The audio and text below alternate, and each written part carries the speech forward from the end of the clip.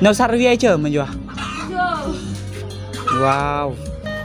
ผู้ยากรนะแม่นพอลามเลยทุกคนทำหน้าขี้บ่ไอ้ใหญ่ของเป็นพอลาม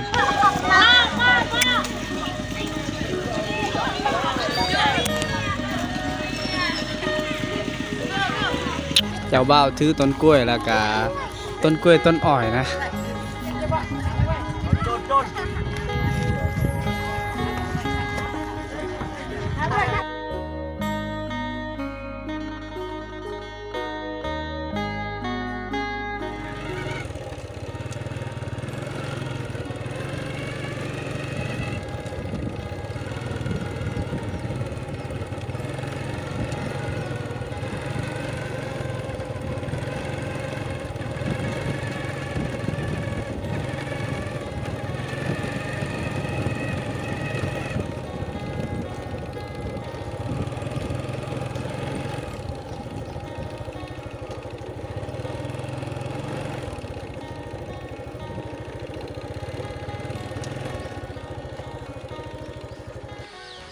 เอาสบายดีทุกคนสบายดีตอนเศร้าๆเลยตอนนี้นะ6:27 นาทีตอนนี้ไอเคเดินทางมาถึงหมู่บ้านนะทุกคนหมู่บ้านคนแล้วมองเก่ามองเดิมและกับบ้านเก่าบ้านเดิมทุกคนเลยเป็นหมู่บ้านนาหัวน้ำนะทุกคนในวิดีโอนี้ไอเคจะได้พาทุกคนไปเบิ่งวิถีชีวิตการแต่งงานหรือว่าการแต่งดองอีกคือเก่าทุกคนเลยนะผ่านไป1 วิดีโอบ่มีงานแต่งก็ถือว่าวิดีโอนี้ก็จะได้เจองานแต่งอีกทุกคนเลยนะว่าเขาจะแต่งงานแบบใดนะช่วงนี้นะเสียงเพลงอาจจะเงียบอยู่นี่แหละ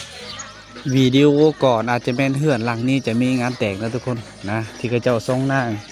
ที่งานแต่งเจ้าบ่าวเจ้าสาวบ่ได้มีชุดงานแต่งนะแต่ว่าวิดีโอนี้อาจจะมีเฮือนหลังนี้อีกโอ้ FC อาจจะมีเหือนลังนี้เองงานแต่งทุกคนเลยตอนนี้ไอเคจะบุกเข้าสู่บ่อนเขาเจ้าเฮ็ดอยู่เฮ็ดกินนะมาตอนนี้เขากำลังพักหลาพักงานนี่แหละทุกคนเลยโอ้มีผู้สาวได้ทุกคนเลยงานแต่งนี้มีผู้สาวอันเฮ็ดอยู่ครัวกินคือกันเลย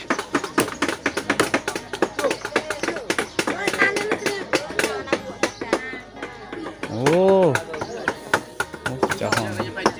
จ้าเลยเอาเลยจ้าเลยโอ้เบียร์เนี่ยเบาทันโอ้ YouTube เจ้าที่แต่งอยู่โคกินอาหารซุกนะทางคุณคือเจ้าแต่งอยู่โคกินอาหารซุกทุกคนนี่แหละอยู่ในบริเวณงานแต่งเนี่ยก็จะน้ำเพียตัวนี้น้ำเพียเขาจะต้มไว้ผู้สาวกำลังล้างกระโตกล้างกันอย่างล้างถ้วยล้างจานนะทุกคน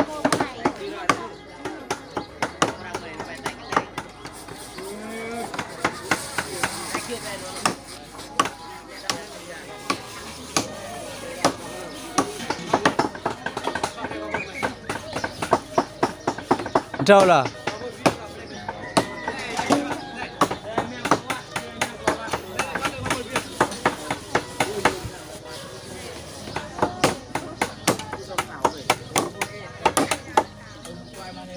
ข้างล่างนะอันนี้แม่นบอลพระเจ้าเฮ็ดจู่โคกินอยู่ในเฮือนในลังนี้แหละทุกคนเลยมาเบิ้งทางนี้อันนี้นะพระเจ้าจะแบ่งเป็นวีนจะเฮ็ดเป็นวีนได้จุดนี้โอ้ทางพุ่นแม่นทุกคนเลยทางพุ่นคืออาหารทางเฮือนนะอาหารเจ้าของเพิ่นอยู่ทางพุ่นนะแล้วนี่แม่นอาหารอยู่บ้าน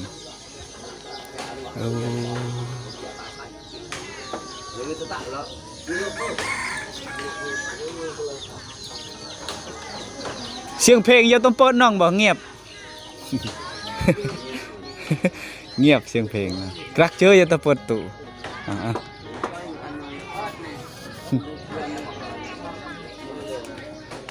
นุ่มป่วนจะดาวในเองแกอ๋อโต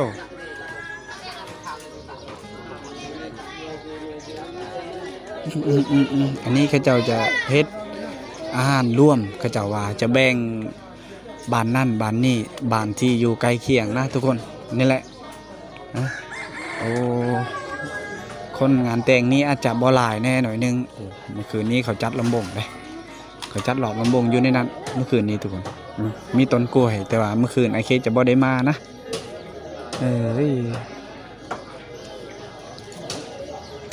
บริเวณงานแต่งนะไอเคจะย่างหอบๆให้ทุกคนได้เบิ่งนะทุกคนเลยจุดนี้แหละ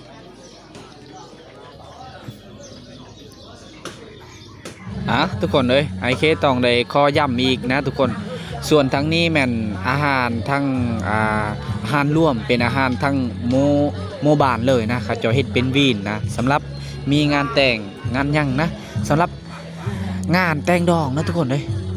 งานแต่งดองเขาจะเอาลูกเอาผัวนั่นแหละต้องมีฮีทเขาเจ้ากินควายก็ต้องได้แบ่งกันทั้งโมบานให้เป็นวีนนะส่วนยูพุ่นนะบอนที่ไอเคได้ให้ทุกคนได้เบิ่งตอนทมิตเมื่อกี้แม่นอาหารจะทางเจ้าของเฮือนทุกคนเลยเขาเจ้าจะแบ่งกันเฮ็ดนะจะบอซนละวนกันได้ส่วนอาหารทางเจ้าของเฮือนนะเขาเจ้าจะเอาไว้เฮ็ดอยู่ครัวกินแบบกินอยู่เฮือนเลยทุกคนส่วนอันนี้นะเขาเจ้าจะแบ่งทุกๆหลังคาได้เขาต้องได้เฮ็ดเป็นวีนหมู่บ้านเขาเจ้านะมี83หลังคานะทุกคนแต่เขาเจ้าต้องได้เฮ็ดเป็นวีนให้มันครบ83วีนนั่นแหละมีทางเครื่องในแหละมีนั่งมีหยังแล้วทุกคนต้องให้ครบเลยได้นี่แหละนะมันกาถือว่าเฮาก็ต้องเอิ้นว่ามันยังแบบดังเดิมได้ทุกคนนะตอนนี้ไอเคจะบ่ได้เข้าไก่นะไอเคต้องได้อยู่นี่เจ้ากำลังหอยซีนเลยตอนนี้หอยไซวินนั่นแหละควายเขาเจ้ากินกับไอเคกับเจ้าบ่ได้มาแต่เมื่อวานนี้นะทุกคนสงสัยเขาจะขาตอนเช้านี่แหละถ้าว่ามาแต่เมื่อวานนี้ก็อาจจะเห็นแต่ควายไทยเคยเอามานะแต่ว่ามื้อนี้นะเขาเจ้าจะได้เป็นการผูกแขนได้มื้อนี้กลางคืนนี้คือว่าแล้วทุกคนเขาเจ้าได้หอบลำวงสามัคคีอยู่ในนั้นนะพาไปเบิ้งทางนี้ทุกคนโอเคจะให้ทุกคนไปเบิ้งหอบเหือนนี่แหละนะส่วนละวนในงานแต่งมันก็เจ้าเฮ็ดอีหยังแหน่นะมีผู้สาว3คนนั่นก็เจ้าฮับใส่อันล้างถ้วยล้างจานประมาณนี้แหละกำลังทำงานพักลาบเลยตอนนี้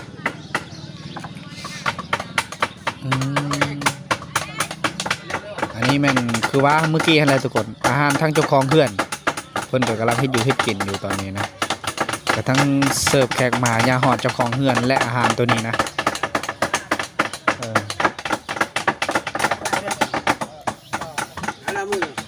จานดงเยอะจานดงเยอะจ้าต่อเถอะนะมับไปเลยจ้าเลยจ้าเลยจ้าเลยจ้าเลยขอบใจข้าเจ้าเอิญกินข้าวเพราะว่าซ้ำหมู่บ้านเดียวกันกับไอเคนะข้าเจ้าเห็นไอเคข้าเจ้าเอิญแต่ว่าไอเคก็กินแล้วนะทุกคนบ่ต้องจะเป็นเขากินน้ำขาวดอกเพราะว่า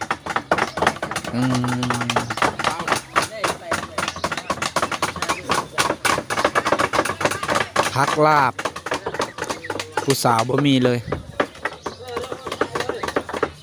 นี่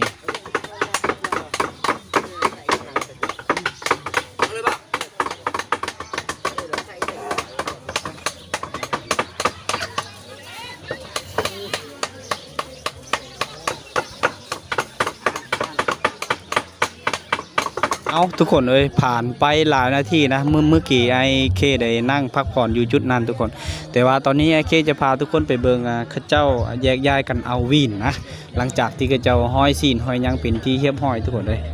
ตอนนี้ข้าเจ้าก็ต้องได้เอิญเป็นหน่วยเป็นยังนะข้าเจ้าได้แบ่งกัน83หลังคาเฮือนพอแห้งได้ทุกคน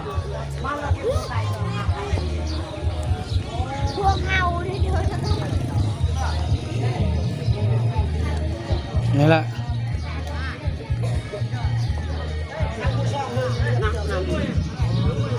เด็กหน่อยผู้ใหญ่นะเต่าโฮมกันมาเอาวินนี่อยากย้ายกันไปทุกคนเลยอยากย้ายทั้งหมู่บ้านนั่นแหละอันนี้คืออาหารร่วมนะเขาจะแบ่งเป็นของร่วมซีนร่วมไม่ยังนะประมาณนี้นะทุกคนเลยอันนี้คือการสามัคคีในหมู่บ้านเขตชนบทนะแบบนี้แหละ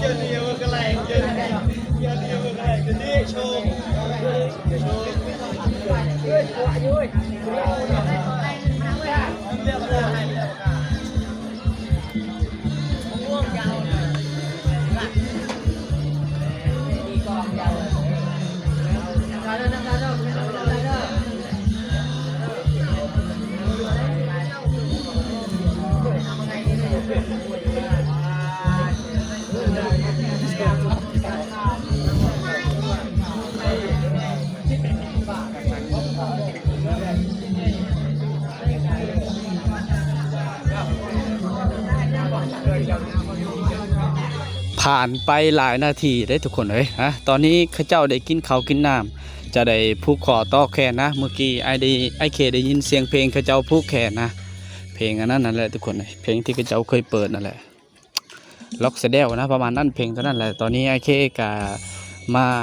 พักผ่อนมานอนพักอยู่จุดนั้นบนจุดที่ไอเคเคยอยู่นะทุกคนนะมานั่งดินโทรศัพท์จุดนั้นสัญญาณแห้งดีนะและตอนนี้ไอเคกาซีซักพาวเวอร์แบงปะไว้อยู่ในเฮือนอยู่นี่ทุกคนนะหลังจากข้าเจ้าผูกคอต่อแขนผูกแขนแล้วข้าเจ้าผูกแขนแล้วข้าเจ้าจึงส่งนางกินข้าวกินน้ำนะทุกคนหลังจากข้าเจ้ากินข้าวกินน้ำแล้วข้าเจ้าจีไปส่งนางบางทีนะโอเคจะพาทุกคนข้าเจ้าเบิ่งส่งนางยังไม่เคยเห็นหน้าตาเจ้าบ่าวเจ้าสาวด้วยทุกคนเลยโอเคจะให้ทุกคนได้เบิ่งเนาะหน้าตาเจ้าบ่าวเจ้าสาวนะ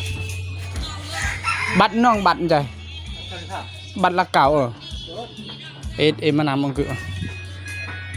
ซื้อบัตรน้ำพะเทากันสิมาถามเบิ้งผู้สาวนะทุกคนอ๋อผู้สาวในหมู่บ้านนั่นแหละบ่เมื่อกี้นมป้วนเต้ถ้าเราในนมป้วนกูก็ไปนตัวป่วนเลยเพราะตัวตัวนี้เสลชื่อกาลเปรียดนูจอนเดย์ชื่อว่าเป็นนมป้วนนะโอ้ยังป้วนเต้เนี่ยนะบ่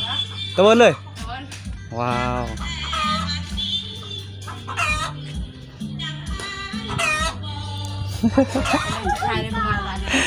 ผู้สาวทุกคนเลยไอเคทำแล้วสิจะข้าเจ้าฟอนบอกในยามเมื่อคืนนะข้าเจ้าว่าฟอน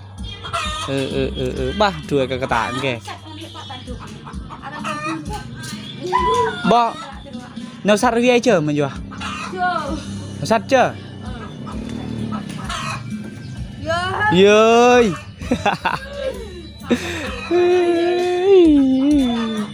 สาวน้อยทุกคนเลยรัดถ่ายไปทางนี้อีกหน้านุสาเวียก็เงียบหอก็เรียงต้นดังเลยนุสาเวียโอ้ว้าวเฮ้ยตะวันเตะเนี่ยโอ้มาในเธอตะวันเตะเลยนางเสียมองถึงตัวสวยเนี่ยดังบ่ตัวสวยใช่มั้งเสียมองถึงตัวสวยฮะ9 โมงเจอได้ไหนเลย10 โมงเนาะประมาณ10 โมงเขาจึงไปส่งนางดองquay chưa pử rúa ha thì bên dong sam nhà này được rúa kỹ đây em bỏ đâyขับไปดองซ้ำเนี่ยเดี๋ยวเพิ่มกวยกลึงขนาดเลยรั้วดองซ้ำเนี่ยโตละเรียงตั้งขันโตซ้ำในเลยนี่รั้วđóเอาผ่านไปหลายนาทีนะโอเคสื่อกันแล้ว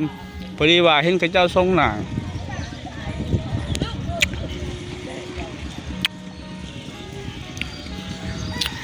ผู้ยางก่อนนะแม่นพอลามเลยทุกคนโอ้พอลามจับเบียร์หน้าขี้บ่ไอ้ใหญ่ของเป็นพอลามเนี่ยเอ้า2 คนพอลามบอกโอ้ทางพุ่นแม่นผู้ยางก่อนนะแม่นพอลามเลย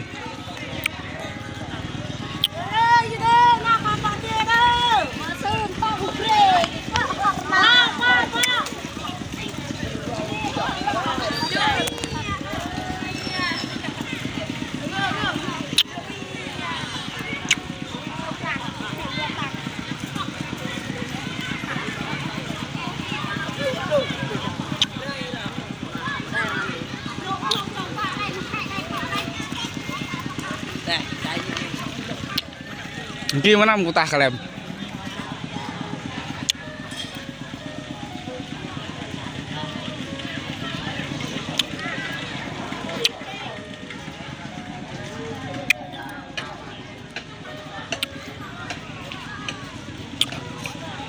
เราต้องขามเพื่อมองเก้ามองเดิมได้หมู่บ้านเดิมได้ทุกคนใจเหิมเนอะสวยวะโอ้โอเคต้องได้ลงนะว้าวไอเคลงมาฮอดฟังเสแล้วเสียให้ทุกคนได้เบิ่งโอ้เจ้าบ่าวถือต้นกล้วยแล้วก็ต้นกล้วยต้นอ้อยนะไปว้าวฟรี แผ่พลาม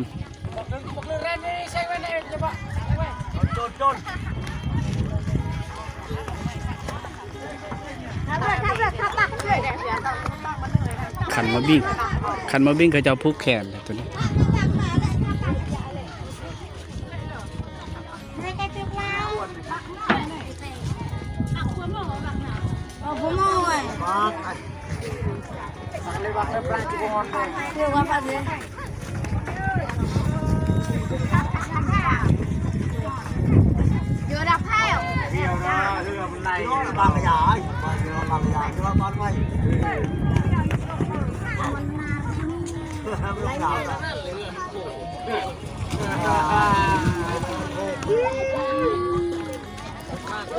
โอ้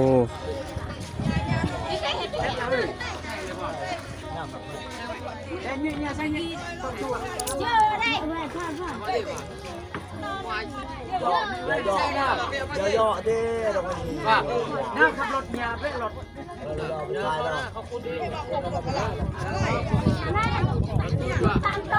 คันมาบิ้งมี2 อันเลยเจ้าบ่าว1เจ้าสาว1คันมาบิ้งเพิ่น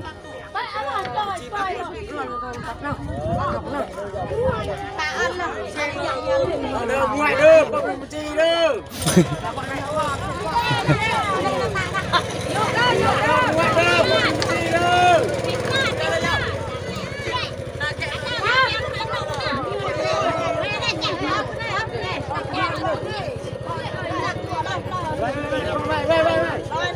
จุด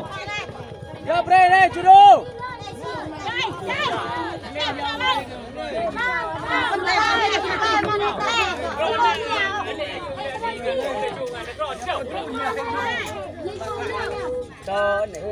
โอ้ยข้าตัวเฮียที่ชอบดมเนื้อหน้าตาข้าเจ้ากำลังขึ้นเฮือเลยตอนนี้นะทุกคนนี่แหละเป็นวิถีชีวิตนะเฮือนเจ้าบ่าวก็อาจจะแมนอยู่บ้านมันจีนะทุกคนข้าเจ้าต้องได้ขี่รถขี่ย่างมาจากหมู่บ้านนี้ก็ต้องได้ข้ามเฮือข้ามเซ่ขี่เฮือขี่เฮือบักข้ามเซ่ทุกคนเลย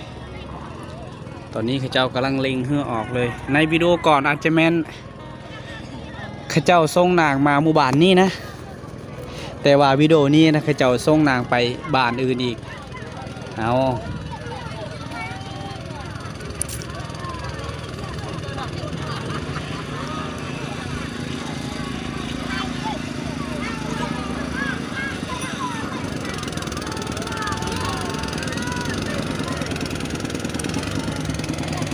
โอ้ย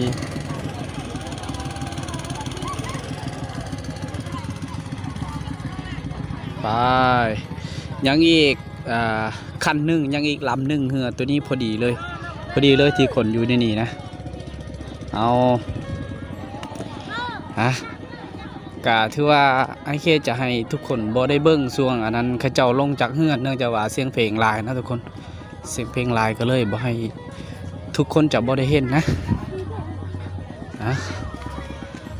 ว้าวทางนี้ก็เต็มคนไปเบิ้งแม่นเบิดเขาเจ้าไปเบิ้งอันนั้นรถคนอยู่ในหมู่บ้านเลยทุกคน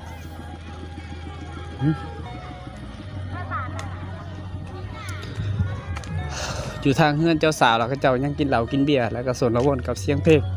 เอาอาการตรงกี่ดอยเดินไปเลยอันนี้เด้เดินดอยหรือ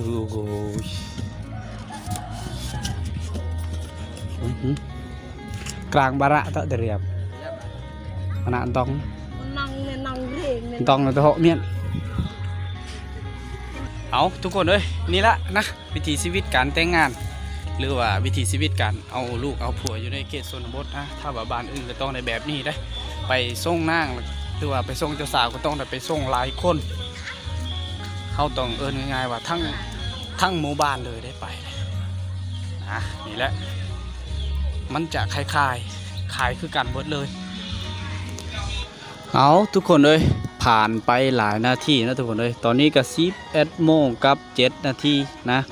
ตอนนี้เขาเจ้าไปส่งนางกะเป็นที่เรียบร้อยนะบางที่กะตอนนี้กะอาจจะหอดเฮือนเจ้าบ่าวแล้วทุกคนเลยนะตอนนี้คนอยู่ในโต๊ะอยู่ในตั้งกะอาจจะบริเห็นเลยนะเพราะว่าเขาเจ้าได้กินข้าวกินน้ำแล้วเขาเจ้าก็จะพักผ่อนนะหรือว่าเขาเจ้าจะหีดคองอย่างนั้นนี่ก็อาจจะสำเร็จนะทุกคนตอนนี้คนอยู่เฮือนก็อาจจะบ่หลายนะเขาจะบ่ได้กินข้าวอีกอย่างนี่คือขยะนี่ยามมื้อคืนนะต้นกล้วยก็ยังอยู่เขาเจ้ายังบ่ได้เอาไปทิ่มนะต้นกล้วยตามเฮาเบิ่งแล้วมันคือสีป้องเลยอ่ะทุกคนนี่แหละอย่างที่ทุกคนได้เห็นแล้วนะงานแต่งในหมู่บ้านชนบททุกคนเลยทางพุ่นนะเขาเจ้าต้มน้ำต้มหยังนะ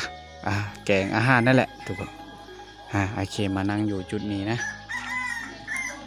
จุดนี้เป็นจุดห่มนะ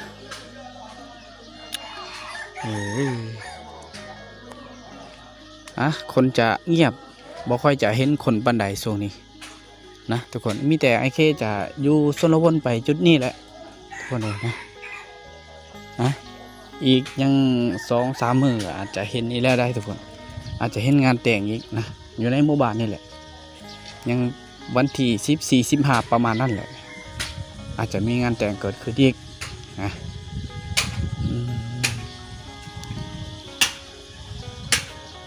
เจ้าได้นอนเลยนอนพัก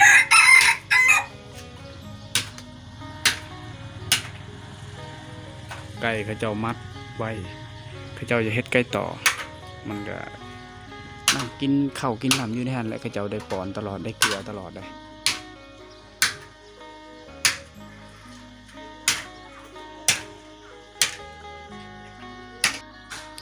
ต้นคูนมันยังบ่ใหญ่ดอกมันก็ยังบ่หลายนะเขาเจ้าฮักกระปลูกเขาเจ้าปลูกเอาเลยนี่ฮักกระปลูกใหม่ๆเลย11 โมงแล้วทุกคน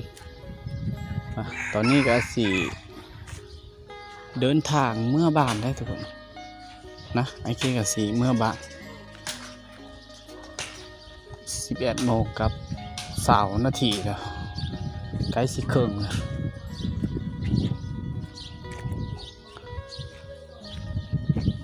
จุดเก่าจุดเดิมนะโอ้อันนี้มันต้นคูนใหญ่แล้วดอกมันก็หลายจุดเก่าจุดเดิมทุกคนนะทุกคนน่าจะเคยเห็นจุดนี้จุดไอเคอย่างน่าจะเคยเห็นอยู่ดอกแต่วิดีโอไอเคมาหมู่บ้านนี่นะมองเก่ามองเดิมหมู่บ้านเก่าหมู่บ้านเดิมผู้สาวบ่ค่อยจะมีเนี่ยนะโอ้อันนั้นคือกองฟืนเลยทุกคนกองฟืนก็เจ้ากะเกี่ยมไว้สีเฮ็ดหน่อไม้หั่นแหละกะเกี่ยมเฮ็ดหน่อไม้หั่นแหละนะกะเกี่ยมไว้ก็ดีได้ทุกคนเพื่อสีหอดหน่อไม้นะอีกอย่าง1 เดือน 2 เดือนก็สีหอดฤดูเฮ็ดหน่อไม้แห้งหาหน่อไม้ไผ่แล้วมาตากแดดมาตาก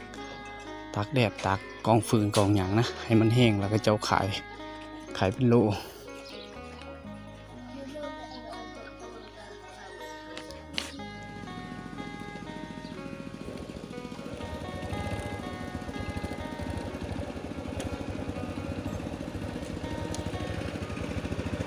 เกียร์ 1เหมือนเดิม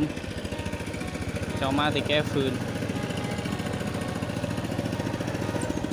เดี๋ยวตอนนี้ก็ขี่รถเดินทางเมื่อบ้านไอเคแล้วทุกคนและให้ทุกคนพาทุกคนไปเบิ่งบรรยากาศในระหว่างทางเลยโอ้ลมแห้งนะลมแห้งแน่หน่อยนึง2 คันรถไถเด้เขาเจ้าแก้ฟืนคือไอเควาวเมื่อกี้ให้แล้วทุกคน ฟื้นคือเจ้าเฮ็ดหน่อไม้กะเกียมไว้นะเพราะว่ายามฝนน่ะมันจะแก่ยากนี่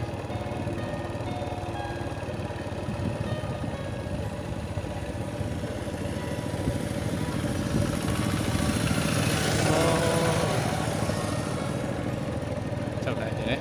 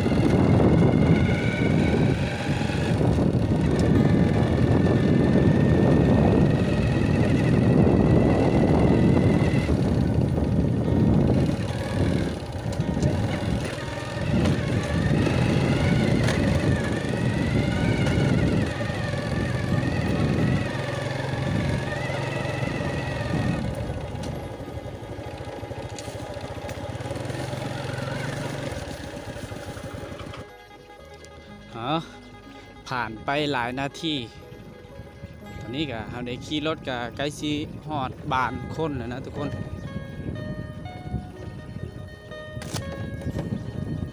กลับมาแต่หมู่บ้านนาหัวนำเมื่อกี้ตอนนี้เด็กเข้าไปหมู่บ้านหนึ่งนะบ้านพักนี้แหละทุกคนเลยพักเซบางเฮียงพักนี่แหละพักหมู่บ้านไอเคเนาะเป็นหมู่บ้านที่ไอเคเคยไปเคยมาแหละทุกคนเลยแต่ตอนนี้บ่ได้ติดจักรถปล่อยวางเอาเหยียบเล็กวางเอาทุกคนถ้าว่าย่ามฝนจุดนี้นะโอ้ยมืนขนาดเลย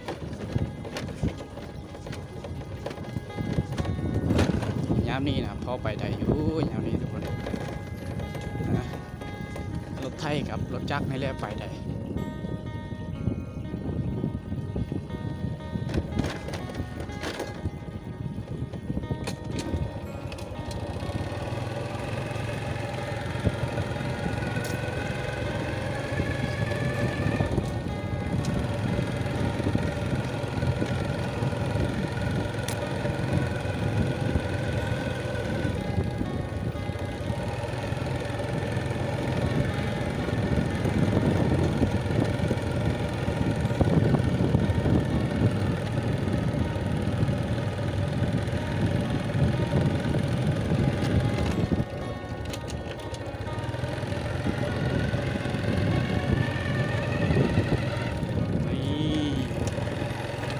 เป็นหมู่บ้านละอ๋อทุกคนเลย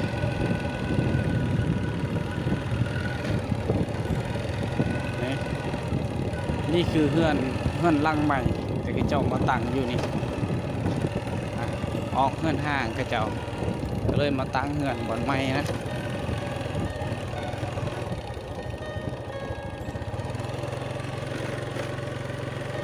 กระเจ้าฮะกำลังเฮ็ดได้ตอนนี้ใส่เป็นผ้าใส่ยังเฮือนติดกับห้องเฮียนนี่แหละเขาเจ้าเฮ็ด